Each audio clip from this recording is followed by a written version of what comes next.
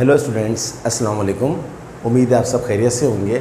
हमने अपने last lecture में एक्सरसाइज 6.4 स्टार्ट की थी और उसमें हमने डेफिनेट इंटीग्रल्स यानी कि वो इंटीग्रल्स जिसमें लिमिट आती है हमने वो किए थे। और हमने आपको बताया था कि जब आप सब्स्टिट्यूशन मेथड करेंगे डेफिनेट इंटीग्रल्स में, लिमिट वाले इंटीग्रल्स में, तो आपको लिमिट भी चेंज करनी पड़ेगी। तो अभी मैं आज एक और दिन दे रहा हूँ इस एक्सरसाइज 6.4 को।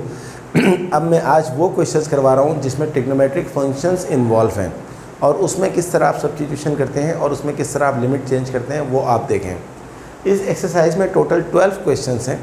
मैंने सबसे पहले क्वेश्चन नंबर 12 पिक किया है क्योंकि 12 में आपको काफ़ी सारी चीज़ें सीखने को मिलेंगी। चले स्टार्ट करते हैं। Question number 12, we have to integrate 0 to π/4, ये इसकी लिमिट है, sin square 2x cos square 2x dx। अब अगर मैं चाहूँ तो इस सवाल को सब्स्टिट्यूशन के मेथड से भी कर सकता हूँ, लेकिन सब्स्टिट्यूशन से करूँगा तो ये सवाल जितना बड़ा आपको नज़र आ रहा है ये इससे और बड़ा हो जाएगा। तो इसलिए हम इसमें जो ट्रिग्नोमेट्री के फॉर्मूले हैं उनको यूज़ करते हुए अपनी आसानियाँ पैदा करते हैं। स्टूडेंट, हमने फर्स्ट ईयर मैथमेटिक्स में पढ़ा था कि sin स्क्वायर थीटा जो होता है वो बराबर होता है 1/2 - 1/2 cos 2 थीटा के। आपको याद होना चाहिए, अगर आपको याद नहीं है तो आप याद कर लीजिए कि sin स्क्वायर थीटा जो होता है 1/2 - 1/2 cos 2 थीटा होता है।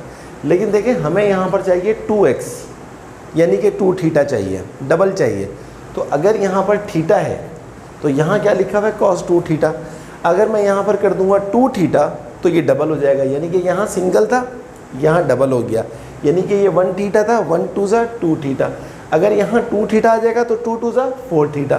तो एक काम तो आपका आसान हो गया कि आप लिमिट इंटीग्रेट 0 to π/4 इस sin स्क्वायर 2x की जगह पर लिख देंगे 1/2 - 1/2 cos 4x। यहाँ पर cos 4 थीटा है क्योंकि फंक्शन थीटा का नहीं है, x का है, तो आप लिख दीजिए 1/2 - 1/2 cos 4x।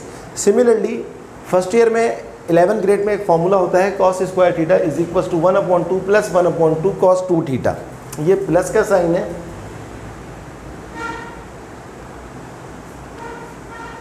One upon 2 cos 2 theta. देखें वही चीज़ जो ऊपर लगाई थी वो यहाँ लगा रहे हैं। यहाँ अगर 1 थीटा है तो ये डबल हो गया 2 थीटा। अगर मैं यहाँ पर 2 थीटा कर दूंगा तो ये 4 टाइम हो जाएगा, ये हो जाएगा हमारे पास 1/2 cos 4 थीटा। तो अब यहाँ तक हम पहुँच गए। sin स्क्वायर 2 थीटा क्या होता है 1/2 - 1/2 cos 4 थीटा। उसकी लॉजिक से ये आ गया हमारे पास 1/2 - 1/2 cos 4x। और cos स्क्वायर 2 थीटा की जगह पर हम लिख देंगे 1/2 + 1/2 cos 4x। अब देखें यहाँ पर इंटीग्रेशन का ये डेरिवेटिव का कोई कॉन्सेप्ट नहीं है। यहाँ पर हम अपनी इंटीग्रेशन को आसान करने के लिए ट्रिग्नोमेट्रिक फॉर्मूलों से हेल्प हासिल कर रहे हैं। अब आपने मैट्रिक में फॉर्मूला पढ़ा होगा a - b multiply by a + b, वो किसके बराबर होता है a² - b² के, यानी कि पहले नंबर के स्क्वायर माइनस दूसरे नंबर के स्क्वायर। पहला नंबर है 1/2 का स्क्वायर माइनस 1/2 cos 4x का स्क्वायर। अब आप स्क्वायर अप्लाई कर दीजिए। 1/2 का स्क्वायर होता है 1/4 माइनस 1/2 का स्क्वायर होता है 1/4 और ये स्क्वायर यहाँ आ जाएगा cos स्क्वायर 4x। अब फिर प्रॉब्लम आ गया। देखिए स्क्वायर ट्रिग्नोमेट्रिक फंक्शन का साइन का स्क्वायर cos का स्क्वायर हो जाएगा, या sin 4 cos 4 या sin 3 cos 3, तो उसका तो इंटीग्रेशन होता ही नहीं है। अब हमें एक दफ़ा फिर cos स्क्वायर 4x को दोबारा इस फॉर्म में लाना पड़ेगा। तो अब फिर रिपीट करते हैं शुरू से। cos स्क्वायर थीटा क्या होता है 1/2 + 1/2 cos 2 थीटा, यानी कि अगर यहाँ 1 थीटा है तो 2 से मल्टीप्लाई कर देंगे 2 थीटा हो जाएगा। सिमिलरली अगर यहाँ पर 2 थीटा हो जाएगा तो ये चीज़ 2 से मल्टीप्लाई हो जाएगी cos 4 थीटा। और अगर यहाँ पर आप इसको 4 थीटा लिखें तो जो आंसर 2 थीटा का था इसको आप 2 से मल्टीप्लाई कर देंगे तो ये हो जाएगा cos square 4 theta is equal to 1/2 + 1/2 cos 8 theta. तो अब आप इस जगह पर cos स्क्वायर 4x की जगह पर लगा दीजिए 1/2 + 1/2 cos 8x, यानी कि अब आपने ये वाले फॉर्मूले की हेल्प ले ली। इसको देख लीजिएगा फॉर्मूले को अच्छी तरह से। अभी तक हमने इंटीग्रेशन अप्लाई नहीं की, ये सारा का सारा काम ट्रिग्नोमेट्री का और सिंपल फार्मूले का था। अब आ जाए यहाँ पर 1/4 minus 1 1 × 1 4 2 × 8 minus plus minus 4 2 × 8 1/8 cos 8x। और आगे चलते हैं 1/4 माइनस 1/8, इन दोनों को सॉल्व कर लेते हैं, एलसीएम ले लेते हैं 8 4 2 × 8, यहाँ 2 आ गया, 8 से 8 कैंसिल, यहाँ 1 आ गया, ये लिखा हुआ है -1/8 cos 8x। और आगे बढ़ते हैं, इंटीग्रेट 0 to पाई बाय 4, 2 - 1 क्या होता है 1/8 -1/8 cos 8x। अब देखें यानी कि यहाँ से काम शुरू हुआ था और होते होते होते होते वो इस फॉर्म में आ गया। अब ये है वो जगह जहाँ पर आप इंटीग्रेशन अप्लाई कर सकते हैं। तो ये आपके पास 1/8 dx यहाँ लगाते हैं, कांस्टेंट बाहर ले लें और 1/8 यहाँ लगाते हैं और इंटीग्रेशन का साइन यहाँ पर भी अप्लाई करते हैं 0 to pi by 4 cos 8x। अब आपको पता है dx का क्या होता है x होता है, तो dx का इंटीग्रेशन x और लिमिट लगा देंगे 0 to pi by 4 -1/8 cos 8x। cos का इंटीग्रेशन क्या होता है, cos x का होता है sin x, तो cos 8x का क्या हो जाएगा sin 8x/8। देखें डेरिवेटिव अगर होता तो cos x का डेरिवेटिव क्या होता है माइनस sin x इंटू, अगर cos 8x का होगा तो माइनस sin x इंटू 8। तो डेरिवेटिव में फंक्शन के डेरिवेटिव से मल्टीप्लाई करते हैं, इंटीग्रेशन में फंक्शन के डेरिवेटिव से डिवाइड करते हैं।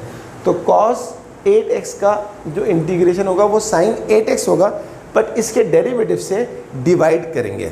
तो ये आ गया sin 8x/8 और लिमिट लगा देंगे 0 to पाई बाय 4। अब इस पर अप्लाई कर दी लिमिट। अपर लिमिट क्या है pi by 4 minus lower limit क्या है 0, x की जगह पर पाई बाय 4 माइनस 0 माइनस 8 8 ज़ा 64 1/64। अपर लिमिट क्या है sin 8, x की जगह पर लगा दिया pi by 4 minus lower limit क्या है sin 8 इंटू एक्स की जगह पर लगा दिया 0। और आगे बढ़ जाते हैं 1/8 और पाई बाय 4 मल्टीप्लाई कर देंगे 1 इंटू पाई 8 4 ज़ा 32 माइनस 1/64 4 2 ज़ा 8, ये हो गया sin 2 पाई और sin 8 इंटू 0, 0 से जब कोई चीज़ मल्टीप्लाई होती है तो 0 हो जाती है, 8 इंटू 0 sin 0 आ गया। तो पाई/32 माइनस 1/64 sin 2 पाई अगर आप कैलकुलेटर में निकालेंगे, sin 2 पाई हो 4 पाई हो, मल्टीपल ऑफ पाई हमेशा 0 आता है, तो sin 2 पाई 0 हो गया, sin 0 भी 0 होता है। तो पाई/32 माइनस 1/64, 0 माइनस 0 0, 0 से ये पूरी चीज़ मल्टीप्लाई होकर 0 हो जाएगी, तो आपके पास आखिर में क्या बचेगा पाई/32 और यही आपका आंसर है। आई होप कि आपको समझ में आया होगा। काफ़ी बड़ा सवाल था। इस पूरे सवाल में जो सबसे इम्पॉर्टेंट चीज़ है वो ये है कन्वर्जन ऑफ फॉर्मूला। ये आपको आना चाहिए। आप ट्रिग्नोमेट्री में जितने स्ट्रॉन्ग होंगे, आप ट्रिग्नोमेट्रिक इंटीग्रेशन में इतने ही स्ट्रॉन्ग हो जाएंगे। तो ये चीज़ सबसे ज़्यादा आपको देखनी है, इसको फोकस करें। बाकी तो फिर ये तो वही प्रीवियस कॉन्सेप्ट है, आसान है। चलें एक क्वेश्चन मैं और करवाता हूँ आपको इसी एक्सरसाइज का। आज इस एक्सरसाइज का लास्ट डे।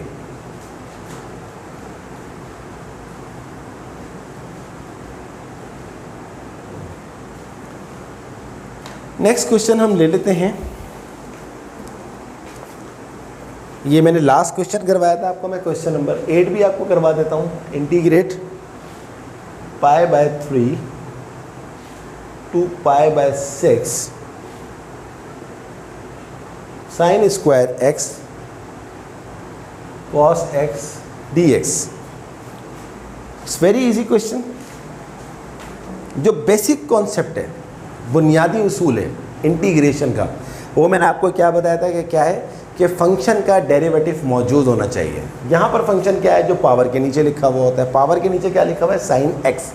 क्या साइन x का डेरिवेटिव मौजूद है? Yes, cos x। तो अगर किसी फंक्शन का डेरिवेटिव मौजूद हो तो उसकी पावर में 1 ऐड करके वही चीज़ नीचे लिख देते हैं। दैट्स इट, काम खत्म हो गया आपका। इस 3 को बाहर कर दीजिए, 1/3 sine cube x pi by 3 pi by 6। Now apply limit, upper limit minus lower limit. 1/3 sine x, x आपके पास क्या है पाई बाय 6, ऊपर क्या लगा हुआ है cube.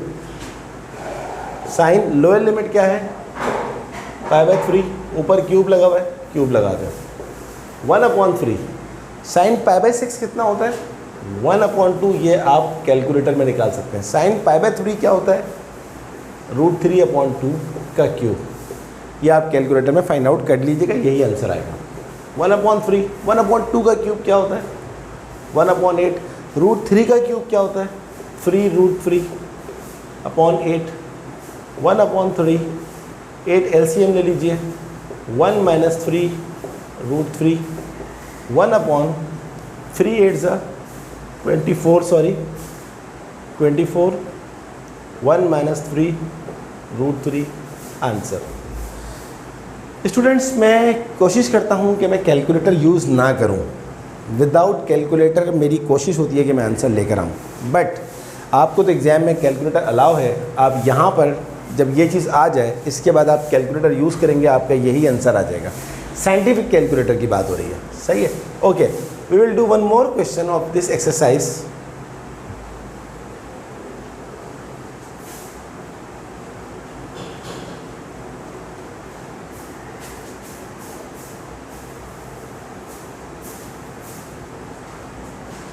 Next question is, I have to choose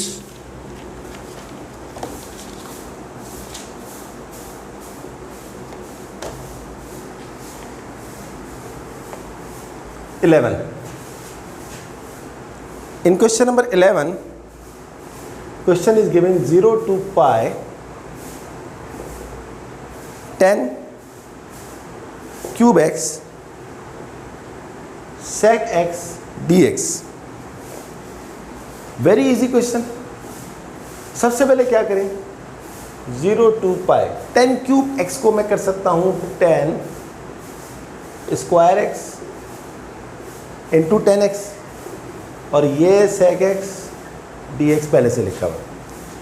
0 to pi, अब 10 स्क्वायर x, ये आपने पढ़ा होगा फर्स्ट ईयर में कि 10 स्क्वायर x क्या होता है, sec square x minus 1 into लिखा हुआ है sec x इंटू लिखा हुआ है 10x dx। मल्टीप्लाई कर दीजिए, 0 to pi sec square x into sec x 10x dx minus 0 to pi, इसको 1 से मल्टीप्लाई कर दीजिए, sec x 10x dx। अब वही इंटीग्रेशन का बेसिक प्रिंसिपल, सेक का डेरिवेटिव क्या होता है, सेक का डेरिवेटिव होता है sec x 10x। तो जब किसी फंक्शन का डेरिवेटिव मौजूद हो तो उसकी पावर में 1 ऐड करके वो नीचे लिखते हैं, काम ख़त्म हो गया। तो जितने स्ट्रॉन्ग कॉन्सेप्ट डेरिवेटिव्स के होंगे, इतने ही स्ट्रॉन्ग आपकी इंटीग्रेशन होगी। तो आप डेरिवेटिव्स को ज़्यादा से ज़्यादा प्रैक्टिस करेंगे, खुद ब खुद हो जाएगा। माइनस सेक का डेरिवेटिव क्या होता है, सेक का डेरिवेटिव होता है sec x 10x। तो sec x 10x की इंटीग्रेशन क्या होगी, sec x, ये आपको पता होना चाहिए। अब आप लिमिट लगा दीजिए, 1/3 को बाहर ले लें और ये हो जाएगा आपके पास sec cube x 0 to pi minus sec x 0 to pi. अब 1/3 sec को मैं चेंज कर रहा हूँ cos में, cos 1/cos cube x 0 to pi 1/cos x 0 to pi.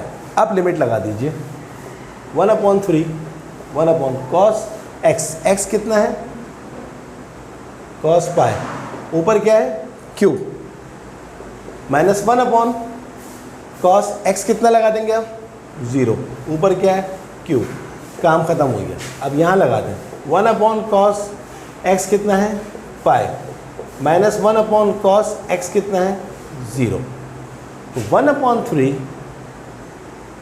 1/cos cube क्या होता है, ये आप कैलकुलेटर में निकालेंगे, -1 होता है, ये हो गया -1 क्यूब अपॉन cos 0 क्या होता है 1 क्यूब 1/cos पाई क्या होता है -1 और cos 0 क्या होता है 1 होता है। ये आप कैलकुलेटर में चेक कर सकते हैं। 1/3 1/-1 क्या होता है -1, 1/1 क्या होता है 1, ये हो जाएगा -1/-1, ये भी -1 और ये भी -1। 1/3 -2 -1 -1 is equals to -2 into 1 -2/3 minus minus plus 2, 3 2 ज़ा 6 -2, 4/3 is your final answer. But I want to check the answer in the book. Question number 11 था ये 8.4 का। Yes, my answer is 100% correct. एक और क्वेश्चन करते हैं इसी एक्सरसाइज का।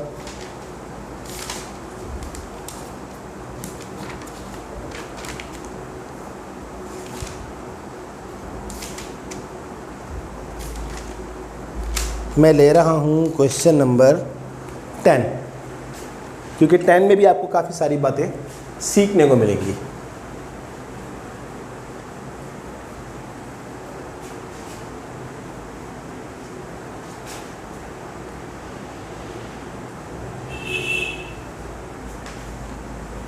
क्वेश्चन नंबर 10 है,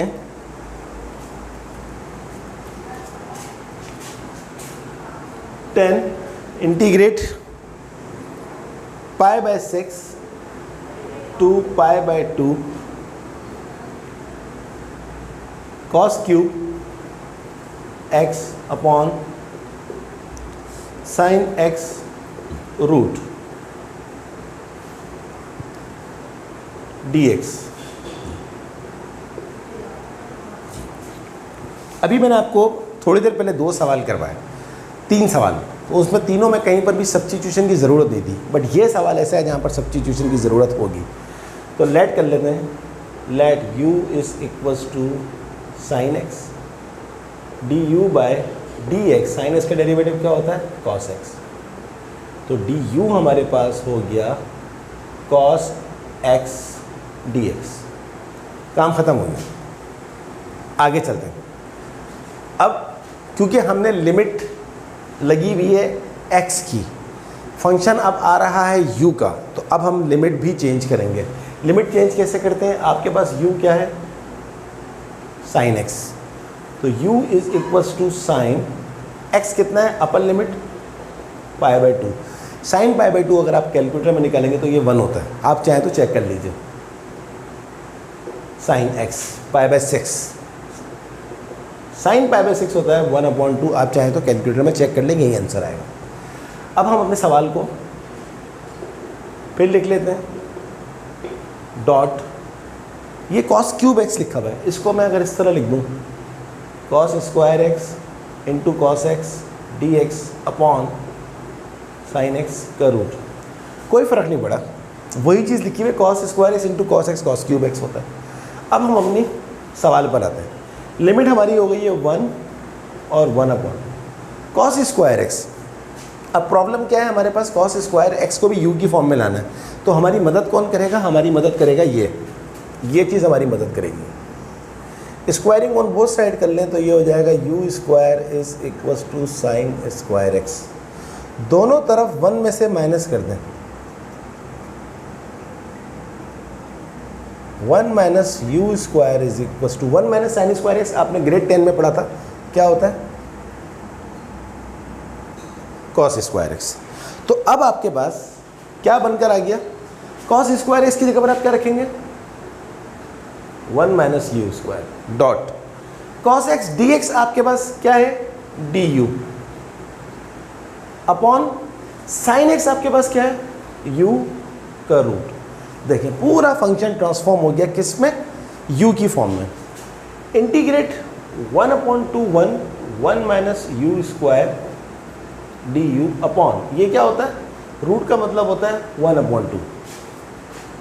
integrate 1/2 1 minus u square dot, इसको ऊपर शिफ्ट कर देंगे तो ये हो जाएगा u की power minus 1/2 D you. Integrate 1/2 इसको मल्टीप्लाई कर दें इससे, ये हो जाएगा माइनस 1/2, क्योंकि u इंटू यू की पावर माइनस 1/2 इंटू 1, ये हो जाएगी u की पावर माइनस 1/2 माइनस u की पावर 2, और इसको इससे मल्टीप्लाई करेंगे तो ये आपके पास पावर्स ऐड हो जाएंगी du। इंटीग्रेट 1/2 u की पावर माइनस 1/2 माइनस 2 2 4, 4 माइनस 1 क्या हो जाएगा? 3 3/2 सॉरी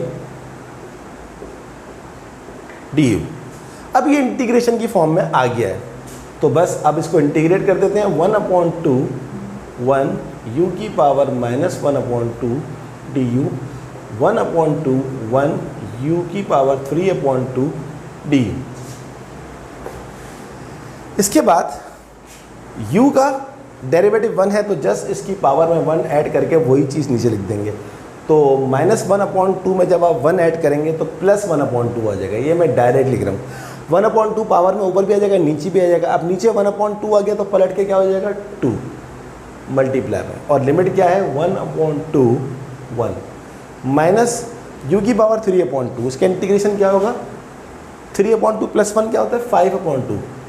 5/2 नीचे भी आ गया ऊपर भी आ गया, तो मैंने डायरेक्ट इसको उल्टा करके लिख दिया 1/2 1। आई होप आपके समझ में आया होगा किस तरह किया है 2। अब इस पर लगा रहा हूँ मैं लिमिट। एक हो जाएगा 1 की पावर 1/2 माइनस 1/2 की power 1/2, upper limit minus lower limit, -2/5 थोड़ा सा बड़ा करके लिख देगा 1 की पावर 5/2 माइनस 1/2 की पावर 5/2। 2 1 पे कुछ भी आ जाए 1 ही होता है, और 1/2 का मतलब है 1/2, और 1 पावर 1/2 का मतलब रूट होता है -2/5। 1 पे कुछ ही आ जाए 1 होता है। 1/2 की पावर अगर मैं कर दूं 1/2 और होल पावर कर दूं इसकी मैं 5, तो 5 × 1/2 5/2 ही होता है। 2 1 माइनस 1 का रूट क्या होता है 1, और ये हो गया मेरे पास 2 का रूट -2/5 1 माइनस वही 1/2 का पावर रूट, ये वही आ जाएगा 1/2 1/2, और ऊपर पावर क्या लिखी हुए 5 लिखी हुए। ये आपके सामने, आप चाहे तो देख सकते हैं इसको। और आगे चलते हैं, थोड़ा सा और सिंप्लीफाई अगर ये हो सकता है तो 2 √2 एलसीएम ले लीजिए, √2 - 1/2 -2/5 1 माइनस 1 की पावर 5 1, और √2 की पावर 5, यह हो जाएगा 4√2। काइंडली इसको चेक कर लीजिएगा। तो ये हो जाएगा मेरे पास पावर 5 है ना, ये एक दफ़ा फिर चेक कर लेता हूँ मैं इसको। √2 की पावर 5 होता है √2 × √2 × √2 × √2 × √2, 1 2 3 4, यस 4√2 सही है स्टूडेंट। तो पावर 5 √2 की पावर 5 यानी कि √2 5 दफ़ा लिखा हुआ है, सही है। तो यह मेरे पास आ गया 2/√2 क्या होता है √2 होता है, √2 - 1 2/5, इसका एलसीएम ले लें 4√2 - 1/4√2, और √2 × √2 होता है 2, √2 × 1 √2 माइनस, ये देखें ये 2 से 2 कट रहा है, तो ये मेरे पास आ जाएगा 1/5 4√2 - 1/2√2। इसको चाहूँ तो मैं मज़ीद भी सॉल्व कर सकता हूँ, बट ये हमारा कंसर्न नहीं है। ये सारा काम आप कैलकुलेटर से करेंगे, बस यहाँ पर लाने के बाद एक आध स्टेप और करें, फिर कैलकुलेटर से करके आंसर लिखते हैं। ये तो मुझे मतलब मज़ा आता है, मेंटल मैथ करने में मुझे मज़ा आता है। मैं चाहूँ तो इसको और भी सिम्प्लीफाई कर सकता हूँ।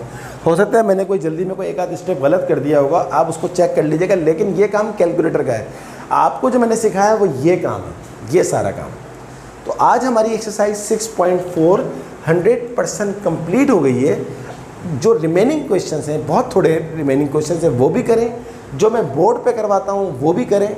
और अगर आपको फिर भी समझ में नहीं आता, कमेंट बॉक्स के अंदर ज़रूर मुझे बताइएगा, मैं उसको सही करूँगा। और आपको जो क्वेश्चन नहीं आ रहा वो भी मैं आपको करवाऊँगा, और जो मैं करवा चुका हूँ अगर फिर कोई कन्फ्यूजन है तो मैं दोबारा भी करवा सकता हूँ। स्टूडेंट्स, नेक्स्ट क्लास हमारी बहुत इंपॉर्टेंट है, उसमें हम 6.5 करने के लिए जा रहे हैं। ट्रिग्नोमेट्रिक सब्स्टिट्यूशन है, बहुत इंपॉर्टेंट क्वेश्चन है, एग्जामिनेशन पॉइंट ऑफ व्यू से बहुत इंपॉर्टेंट है, उसको बिल्कुल भी मिस नहीं करिएगा। काइंडली स्टूडेंट मेरी वीडियोस को ज़रूर लाइक करें, मेरे चैनल को ज़रूर सब्सक्राइब करें, मेरी वीडियो को अपने फ्रेंड्स को ज़रूर शेयर करवाएं, और पढ़ते रहें मैथमेटिक्स। अल्लाह हाफिज़।